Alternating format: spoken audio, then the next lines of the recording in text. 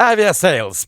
Поиск дешевых авиабилетов. У нас небольшой разрыв шаблона. В поисках упавшего дрона туристические тропы кончились. Помыли в озере.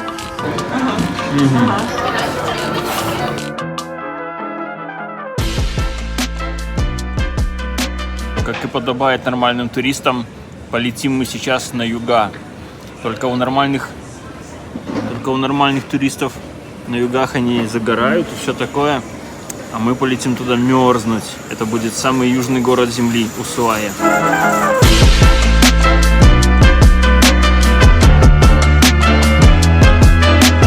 Надо выговориться. Даша все грамотно спланировала и заказала рейс из Кордобы в Буэнос-Айрес, чтобы мы прибыли вечером, заселились и переночевали в Байресе, потом полдня провели там, погуляли и вечером из Байреса улетели в Усуаю. Но так вышло, что обе авиакомпании, а мы летели разными и сюда, и отсюда, поменяли немножко свое расписание, и в итоге рейс из Кордобы в Буэнос-Айрес перенесли на позже, а из Буэнос-Айреса в Усуаю на пораньше. И в итоге мы зажаты в тисках между двумя рейсами. В отель заселяться не было никакого смысла. А и кроме того, перенесли рейс из Буэнос-Айреса в Усуаю не только по времени, но и по месту вылета. В итоге нам пришлось из аэропорта прилета перемещаться в другой. А это еще плюс около 5000 песо расходов на такси и много неудобств.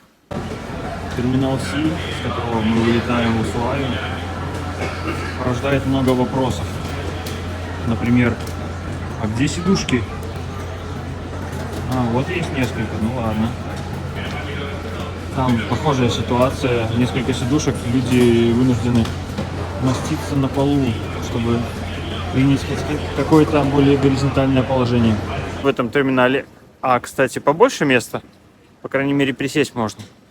Но многие люди здесь спят прямо на полу, и я там видел в одном месте весьма привлекательный ковролин, есть на него надежда.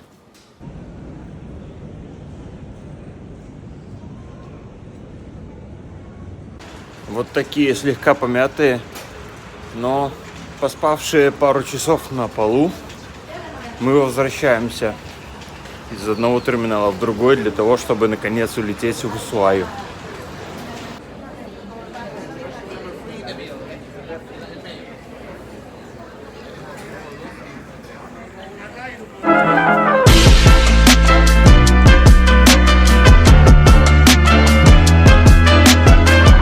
Мы слегка подзамученные, наконец, вышли из самолета и очутились в очень уютном аэропорту Усуаи. Здесь какая-то зимняя сказка. Да, воздух такой на улице приятный, хочется дышать ему дышать. И сам аэропорт такой в стиле шале. Очень-очень уютно, так все по-деревянному, по-домашнему.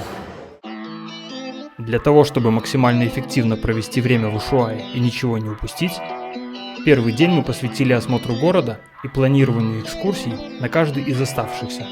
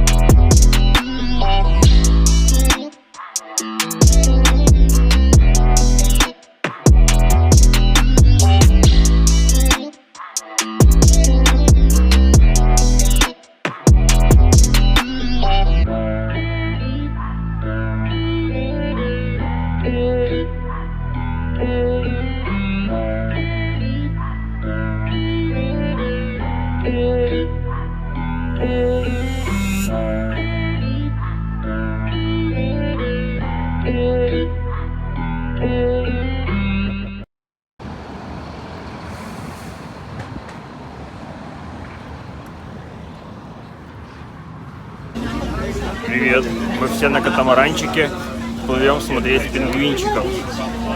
Не каких-нибудь там, а магеллановых.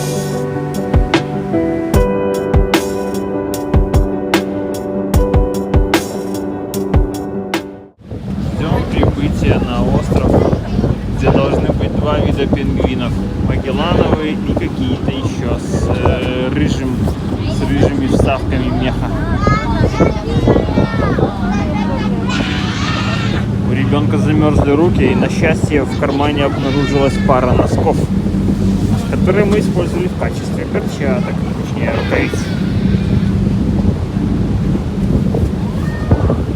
Королевские пингвины в мирской суете предпочитают уединение. Чего не скажешь о Магеллановых.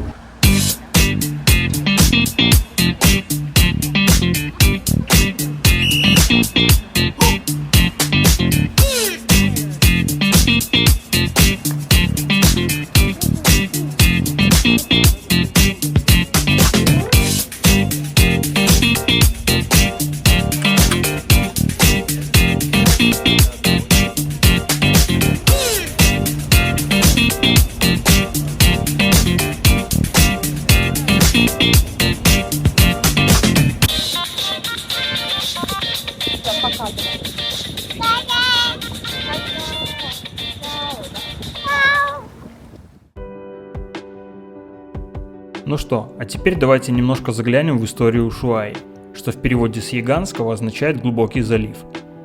Интересно, что Ушуаия была неофициально основана британскими миссионерами после их исследований в этом регионе, включая знаменитое кругосветное путешествие Чарльза Дарвина 1830-х годов.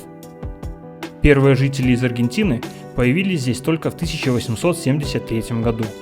Тогда же было предложено создать на острове исправительную колонию для рецидивистов с целью обеспечения постоянных жителей из Аргентины и установления аргентинского суверенитета над всей огненной землей. Официально Ушуаия и ее тюрьма были основаны лишь в 1884 году. Сейчас это столица аргентинской провинции под названием Огненная земля, Антарктида и острова Южной Атлантики и самый южный город планеты. Если не считать недоразумения в виде чилийского Пуэрто-Уильямс с его менее чем 3000 жителей, включая военно-морской персонал. Кого-то мы завтра съедим на ужин. Дружок, кажется, тебя. Может, того? Или того? Мне вот тут нравится. Он Тот? какой-то самый большой, да. Ой. Да, вот этот вот самый большой. И самый живучий.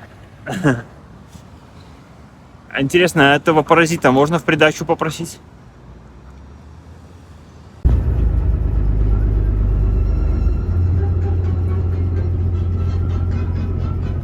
Кофемашина. И даже стаканчики для кофе.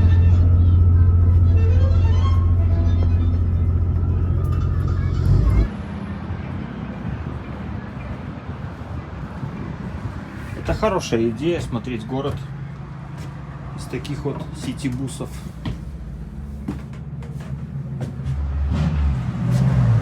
Есть аудиогид на русском языке. И значит, с высоты второго этажа автобуса можем посмотреть и послушать немножко истории города. Есть трехэтажные. Ух ты. Да.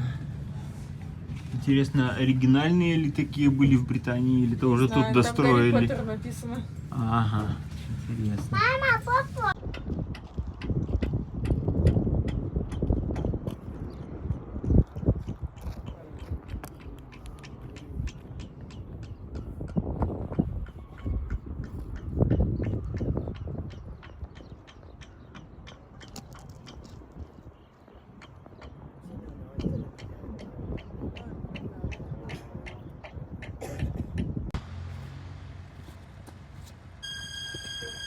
Лагуна Дьявола всего лишь потому, что зимой это озеро замерзало, и животные, которые от людей уходили погулять, исчезали. Самое простое объяснение — они проваливались под лед. Но люди-то думали, что их дьявол забирает. Вот отсюда и название. Вот, например, животное. Мясо, ты говоришь? Да, у нас небольшой разрыв шаблона, потому что вот видите, какое небо, и это 10 часов вечера.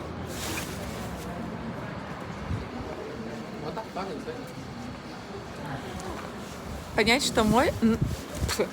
что сейчас ночь, можно только потому, что люди, туристы, резко куда-то все делись.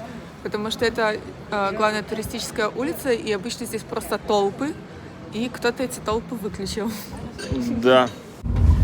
Okay, good morning everybody. I remember you. The name of our driver is Emmanuel. Emmanuel is our driver. My name is Gaston. We are on the way to the last hotel, which is called... Понюхай, пахнет.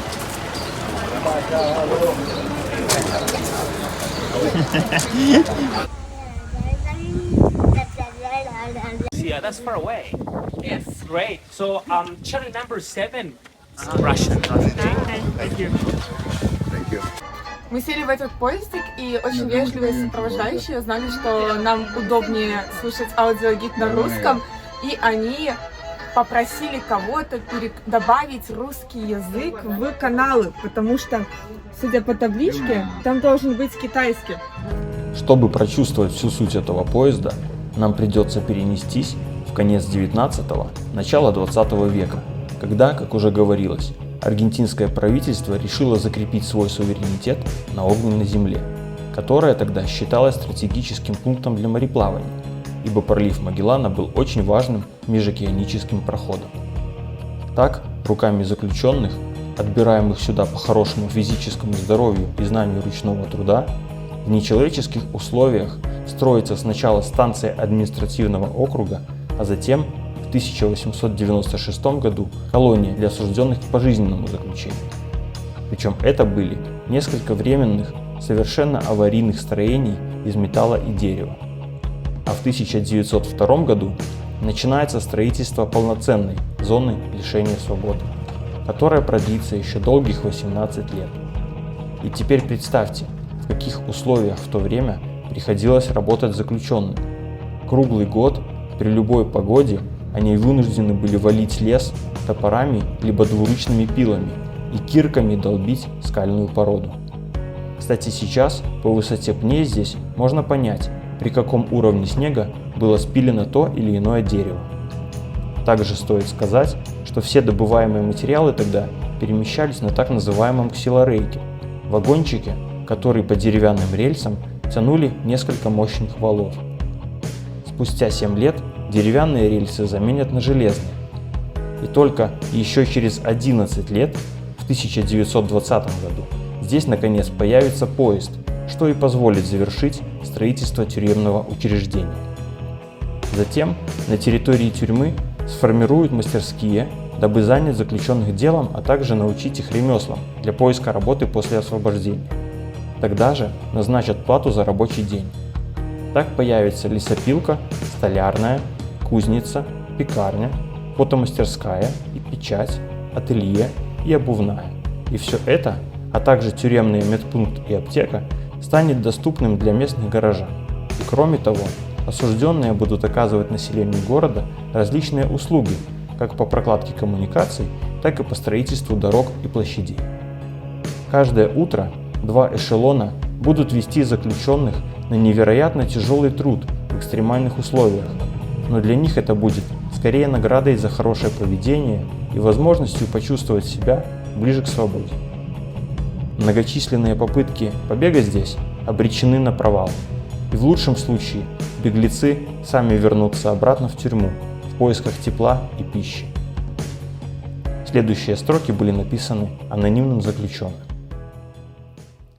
Когда смотрю на закат, своим грустным взглядом нищего, я смиряюсь с тем, что умру как путник, сдающийся воле своих неудач. Тьма, которая пройдет от моего заката, найдет меня сидящим на тропе. И если не могу добраться, если ничего уж и не ожидаю, зачем мне делать хоть какой-то шаг? Да сгинет крест мой среди гнили. Где умолк холод судьбы моей, и грязью покрылась моя память, я не заслуживаю другого конца, жестокий странник. Я прошел ночь своей истории, оставляя кровавые следы невинных на пути.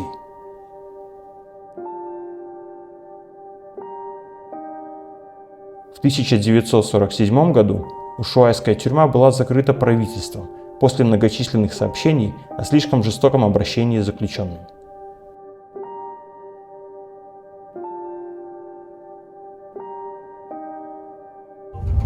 There is the group doing the canoe or well canoeing at this moment on the right. Поезд края земли отвез нас вглубь национального парка Огненной земли, ближе к заливу Лапатая. В переводе с языка Ямана Лапатая означает «лесная бухта». Технически это является скорее фьордом, поскольку было образовано в результате схождения ледника с горного хребта. Здесь вы можете видеть озеро Рока. И дальше появляется как раз таки бухта Лапатая. Здесь же заканчивается национальная трасса номер 3.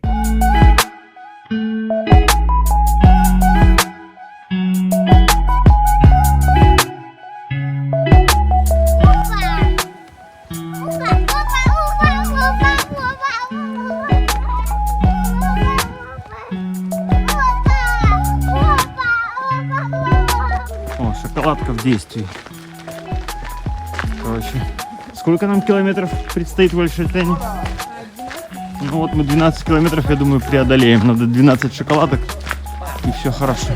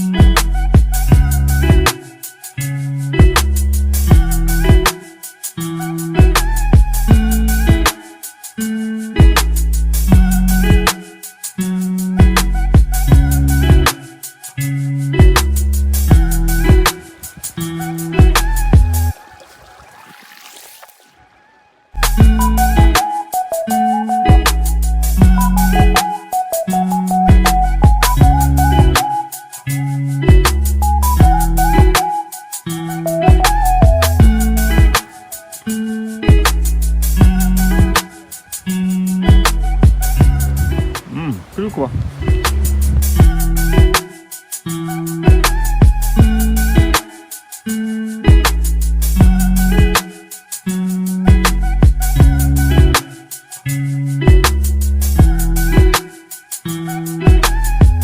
Name but in the north of Patagonia. Here is Indian Bridge. Okay, Indian Red or Yao. Помыли в озере. Машрум. Ну как, вкус?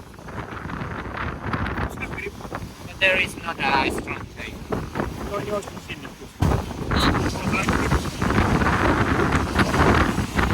Behind are some domes or a structure, you know, that is the operations center for the groups which are enjoying adventurous tours.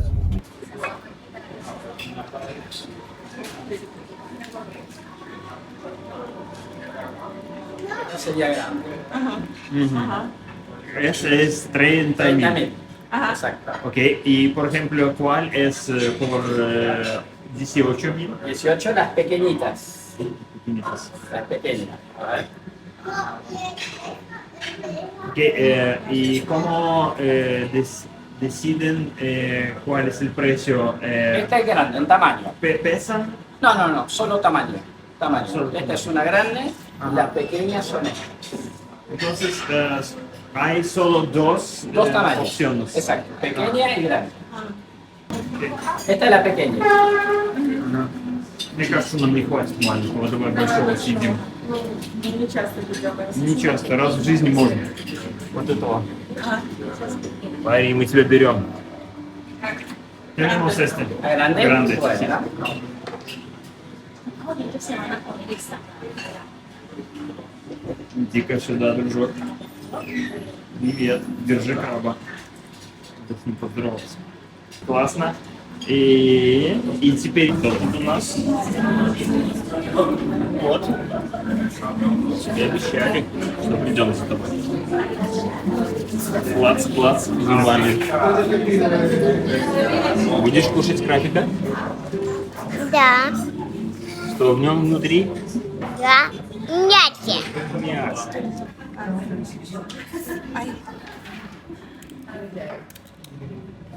Ай. Нелегкая эта работа, да? Давай я. Подожди, сейчас я с другой стороны. Ай. Ай. Мама, папу. Подожди, Зая, мама. Марк, подожди. Все. Достала. Так, и что ты мне перед этим сказал? Видала, как я могу? Ну да, вот я вот так взял 2 надреза и вся клешня. Оп, и пополам. Вот так-то. Со мной шутки плохи. Скажи остальным крабам не шутить с Особенно тобой. если ты краб, да. А? Снимаешь видео, что ли? Инъекция конечности? Ты так смешно их режешь, что весь в крабе. Иллюстрация картинки «Невозможно съесть краба чисто». Да, мама. Да. Ну, папа, видишь, разделывает клешней. Сергей, расскажи, как тебе по вкусу был королевский краб? Боюсь всех разочаровать или наоборот. Но как будто он не стоит этих денег. Как будто это крабовая палочка. Притом крабовая палочка, которая сделана на самом деле даже не всегда из этого же мяса. Она как будто даже чуть-чуть вкуснее. Да. Потому что там стабилизаторы вкуса. Ну да. А здесь натуральный вкус? Окей, ладно, не жалеешь, что отдал 100 баксов за краба? Нет. Следующим будет лобстер. Лобстера мы уже ели в Египте. Да? Да. Тогда кто? Омар? Устрицы ты не пробовал. Устрицы. А устрицы мне понравились, я бы устрицу с тобой поела. Давай устрицы. Все, следующая устрица. Устрицы, а после устриц что? После устриц что? А что после устриц? Следующее. Устриц? Поставим тогда планку следующую. Шампанского и спать. Но на этом наш вечер не закончился. Нас еще ждало знакомство с моими коллегами из ушуайского офиса. Так, мы в офисе Ломонта, Ушуай, который открылся в августе этого года, зимой аргентинской. И вот какие виды у него есть. Самое прикольное, что офис находится через один дом от того, который мы арендуем сейчас для проживания. Его даже видно, наверное.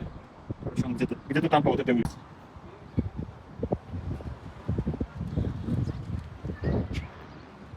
Пара этажей.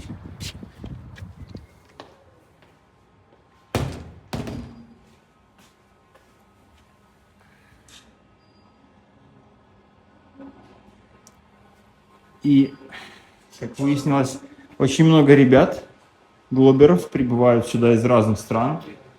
Из Колумбии, Чили, из Соединенного Королевства, то есть из Великобритании. И это прям такая объединяющая точка глоберов. Очень интересно.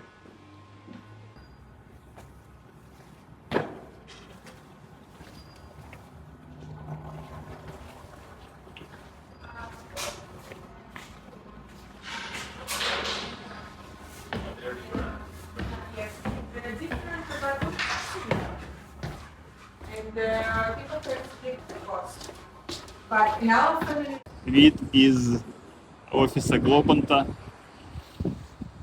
с небольшой террасы. Как выяснилось, всего 12 человек работает здесь. Привет. Hello. 24 человека всего на огненной земле, и в самой Усуае 12 человек.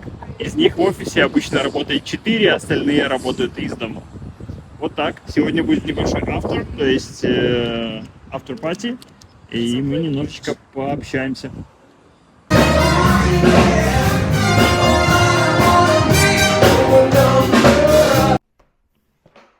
Сейчас мы с Дашей можем путешествовать гораздо больше, благодаря тому, что когда-то решили запрыгнуть в айтишку. Этот процесс не был для нас легким и занял где-то около полугода. Но сейчас все сильно изменилось. Ситуация на рынке такова, что всего за 3 месяца, без опыта и знания языков программирования, в онлайн-университете Codebreakers вы научитесь созданию программных продуктов с нуля и станете востребованным специалистом. Преподаватели из таких компаний, как Сбер, Яндекс и Mail.ru дадут вам актуальные знания и помогут собрать портфолио для более успешного поиска работы. Специально для вас в описании к этому видео мы оставляем ссылку и промокод со скидкой 10%. Желаем удачи!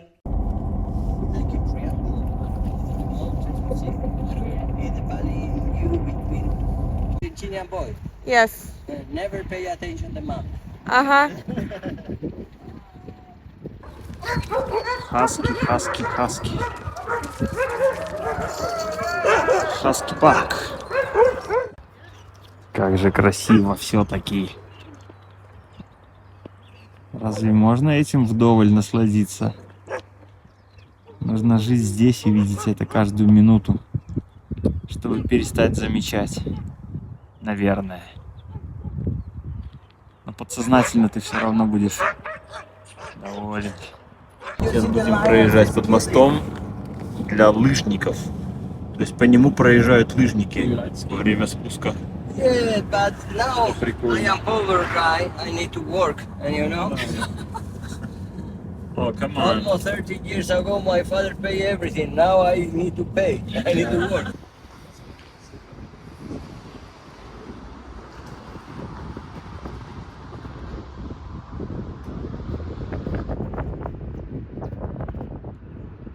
Вот она, работа бобров.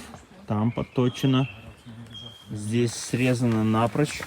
А проблема в том, что в 1946 году правительство решило создать здесь завод по производству кожи и привезло для этих целей 25 пар бобров. Но потом выяснилось, что шкура у бобров здесь становится не такой толстой. Потому что здесь не так холодно, как, например, в Канаде, где до минус 40 зимой, а здесь всего лишь до минус 10. И бобров выпустили на волю. Они стали плодиться, размножаться, пересекли Магелланов пролив, попали на континент, попали на чилийскую сторону и творят здесь вот такой беспредел. Можно наблюдать много-много погибших деревьев. На самом деле мы позже заметили, что эти деревья просто утонули из-за того, что вода в озере поднялась. Кроме того, что они портят непосредственно деревья, они строят плотины, реки начинают затапливать долины, и в результате этого гибнут деревья, которые растут в этих долинах. А для деревьев и вообще в целом для флоры здесь это большая проблема, потому что скорость роста очень низкая из-за низких температур. Вырастают деревья лишь на какие-то сантиметры в год. Look. Таран-тан, тан-таран. Hola, vaca. Какая-то корова, не Hola, vaca. Move it.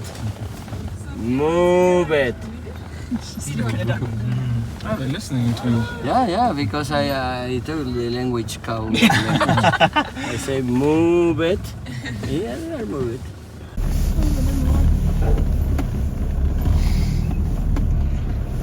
If you need translation from the house, but you see the dam. Sometimes the level of water they are almost in the top of the dam. Вот бобры устроили тут себе пристанище.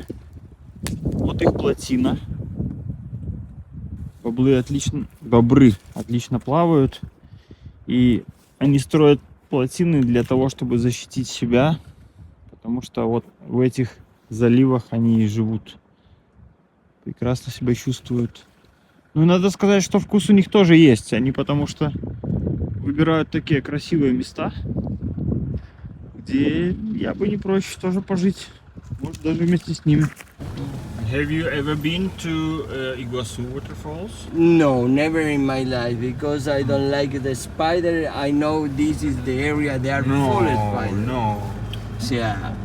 We didn't see any. Now you don't see them. Yeah, there are jungle and Yeah. Only little animals. I don't know how to call it in English. Yeah. Yeah, you know. Yes, this one. Yeah, exactly. It's like a monkey. Like a monkey. Quati. With the long noses. Quati. Quati. Quati. All the people say in the national park, don't get the food because then you got problems.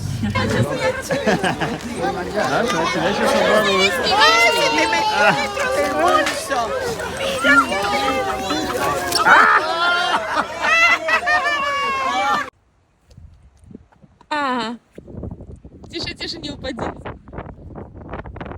Бобры неплохо устроились, сделали несколько плотин подряд. Таким образом, организовав ступенчатую переправу реки. И вот как они затопили все. Вот здесь деревья были вынуждены погибнуть, утонув.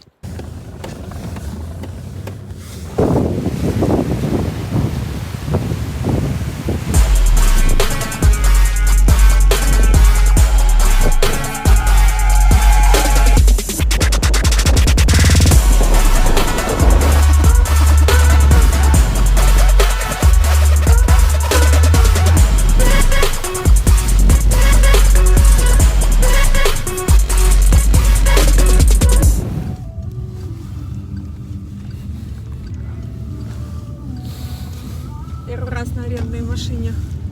Да, вообще первый раз в жизни арендуем тачку. Да, Марк? Да. Просто едем прямо. Я тебе скажу, когда поворачивать.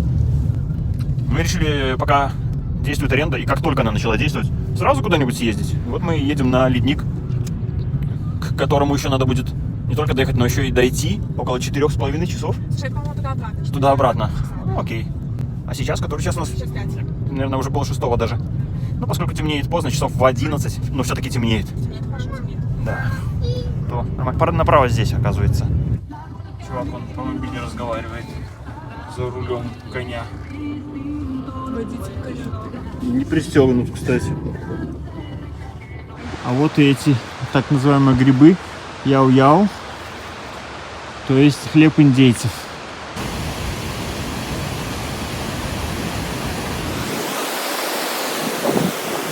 Мы поднимаемся на Гласьер Мартиаль. Сандеро начинается почти в городе, совсем недалеко от города, 7 километров от центра. И сам подъем и, наверное, спуск занимают 4,5 часа. Посмотрим, сколько времени в итоге у нас займет подъем.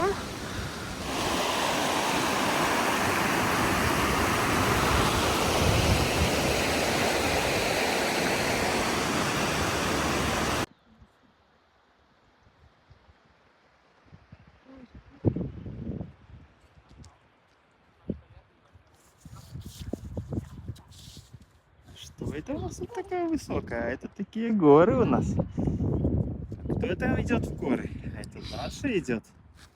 Ее прекрасный сын Марк, который сейчас бухнется в мох. Ну и ваш покорный. Нашел еще ягодку? Не, папа. Нас постигла удача, и мы нашли одну клюковку, самую вкусную, наверное, на этой горе. И, скорее всего, последнюю. Пап.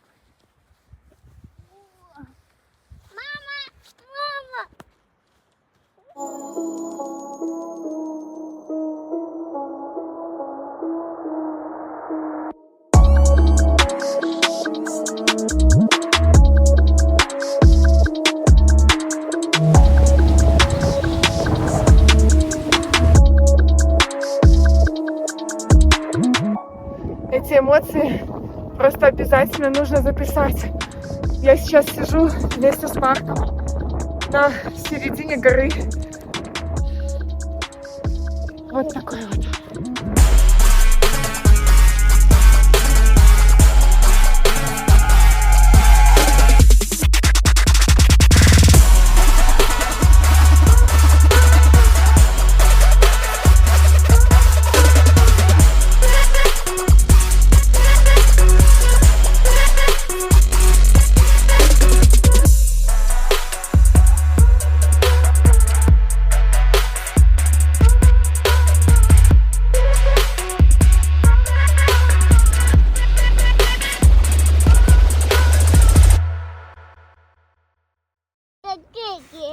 Успеешь кататься в снежках? Ой, Марк, вставай, а то папа мокрая будет.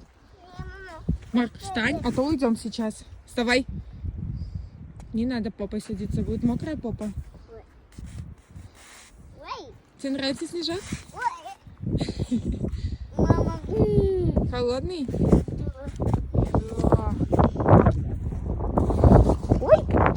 Так, вставай. Давай, все, пошли, со снежка все ручки замерзли. Насколько измученные, настолько же и удовлетворенные мы отправлялись на отдых, чтобы завтра, в последний день нашего пребывания в Ушуае, посетить необыкновенную лагуну Эсмеральда.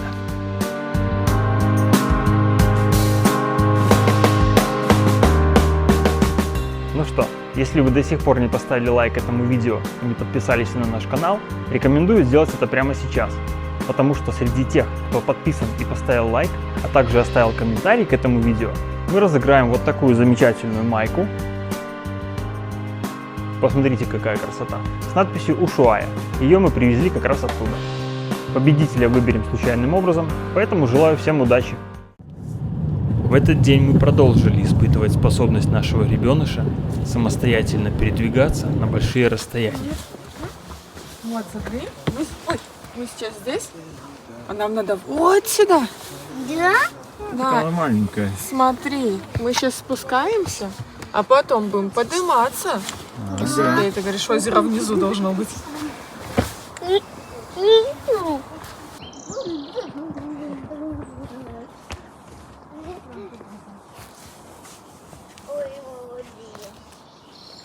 Белорусский лес? Похож. Сегодня у нас очень классный день, когда реально чувствуешь себя свободным, потому что мы вчера арендовали машину и не привязаны ни к какому таймингу, ни к каким экскурсиям. Поехали на трекинговую тропу к лагуне Эсмеральда. И сейчас мы как раз забираемся на нее. Почему деревья падают? Потому что корни у них не глубокие. Слой сантиметров 20 плодородной почвы. А под ними камни, скалы.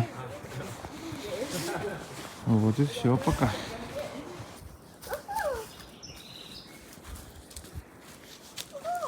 10 тысяч лет назад здесь еще был ледник на месте огненной земли. 8 тысяч лет назад он начал сходить, и тут что-то начало появляться, какая-то растительность. И с тех пор вот какой образовался минимальный плодородный слой, которого все равно недостаточно для того, чтобы деревья нормально держались за почву и не падали от сильного ветра.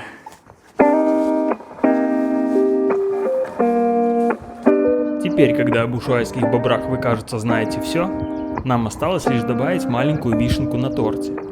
На огненной земле у них до сих пор не появилось естественных врагов, и поэтому они здесь царствуют безраздельно. Давайте еще немножко посмотрим, что творят эти ребята.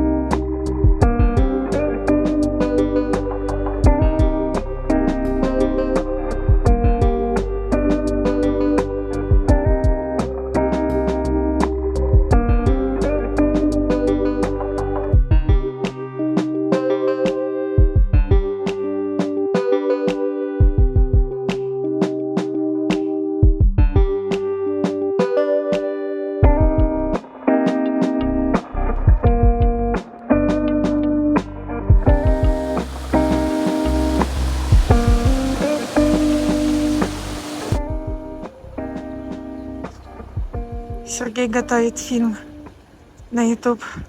Посмотрите, какого цвета вода, просто волшебная. И бобровая плотина там же. Наша дорога к озеру Эсмеральда пролегает вдоль вот такого ручья по такому вот слегка поваленному лесу. Даже не поваленному, а повалившемуся. Папа,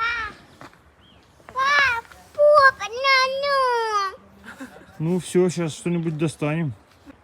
И еще любопытный факт об этих падающих деревьях. Это довольно частый эффект домино, поскольку деревья за почву держатся слабо. То, которое падает, может вот таким образом упереться хорошенько в соседнее и повалить его. А то свое соседнее и так далее. Пойдем. Позирует. Пошли.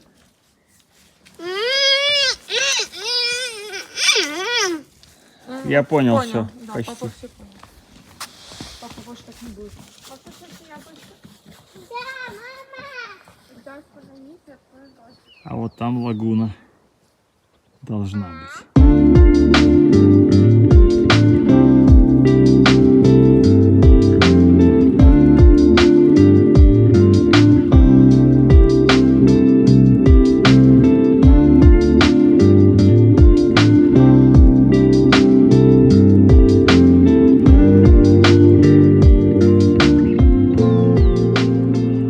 В поисках упавшего дрона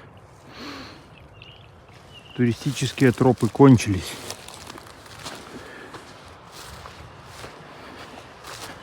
Однако направление осталось. Лагуна Эсмеральда. Надеюсь, дойдем и так.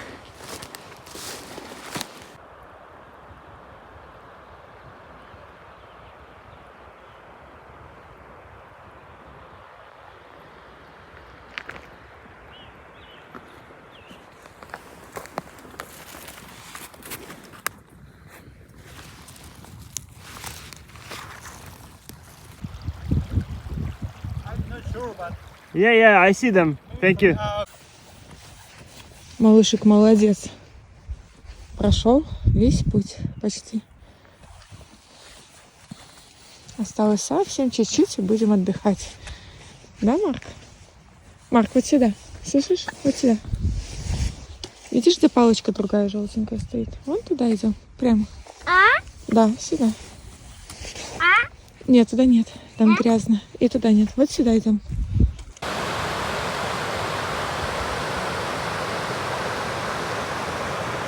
Кажется, уже очень близко.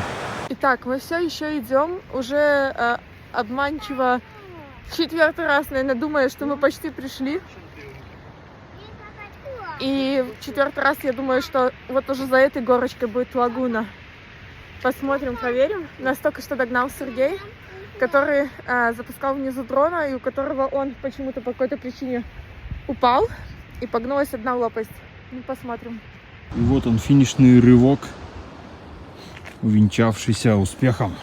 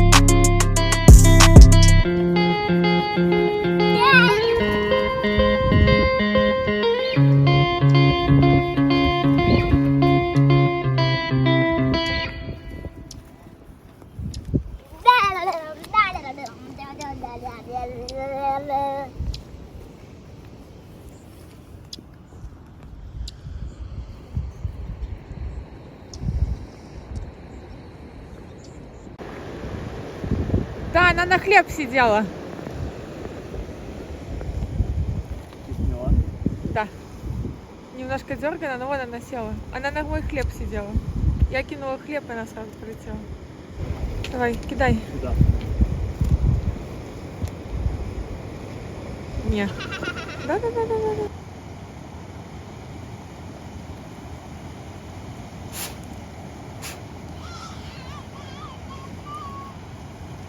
Стащила хлеб, представляешь?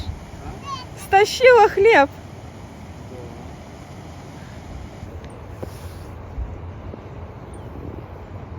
Но вдруг ненасытная Каранча стала проявлять подозрительный интерес к раненому дрону, никак не ожидавшему замены лопасти. Я тебя вижу.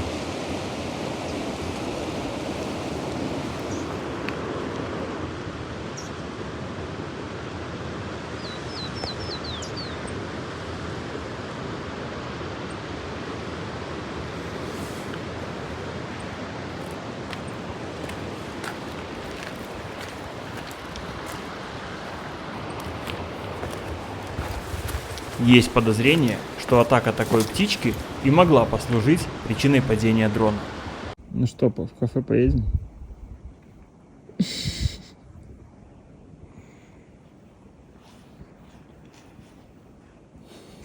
Бабушка. Не папа. Сумасшедший? Ты был на бабушку похож. Не пап.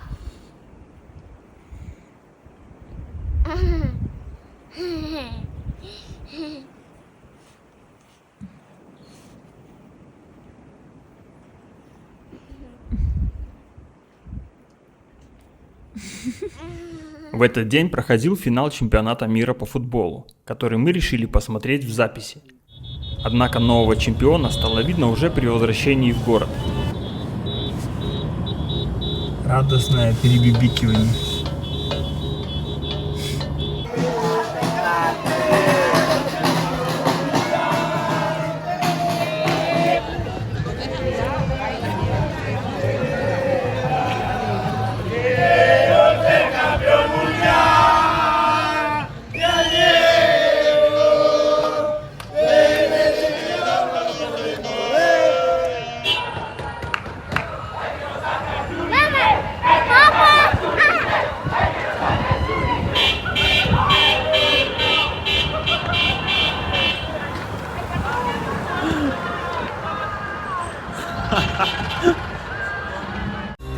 Аргентина, мы от чистого сердца поздравляем тебя с этой победой. В этот раз ты просто обязана была победить, ведь сейчас за тебя болело гораздо больше людей, чем обычно. И это говорим тебе мы, одни из твоих новых подопечных.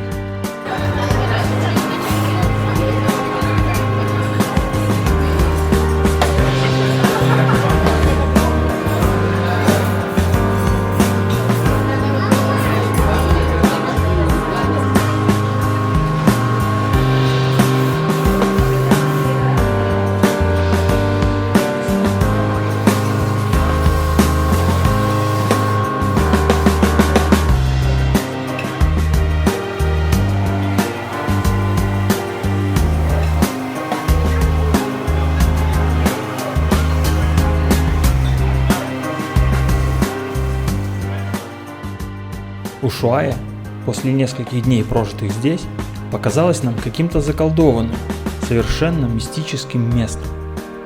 Во-первых, потому что она действительно близка к краю Земли. Во-вторых, из-за ее удивительной природы и необычного для этих широт климата. И в-третьих, благодаря своей истории, пропитанной духом авантюризма и исполненной какой-то мрачной романтики. Ты точно одна такая, Ушуайя.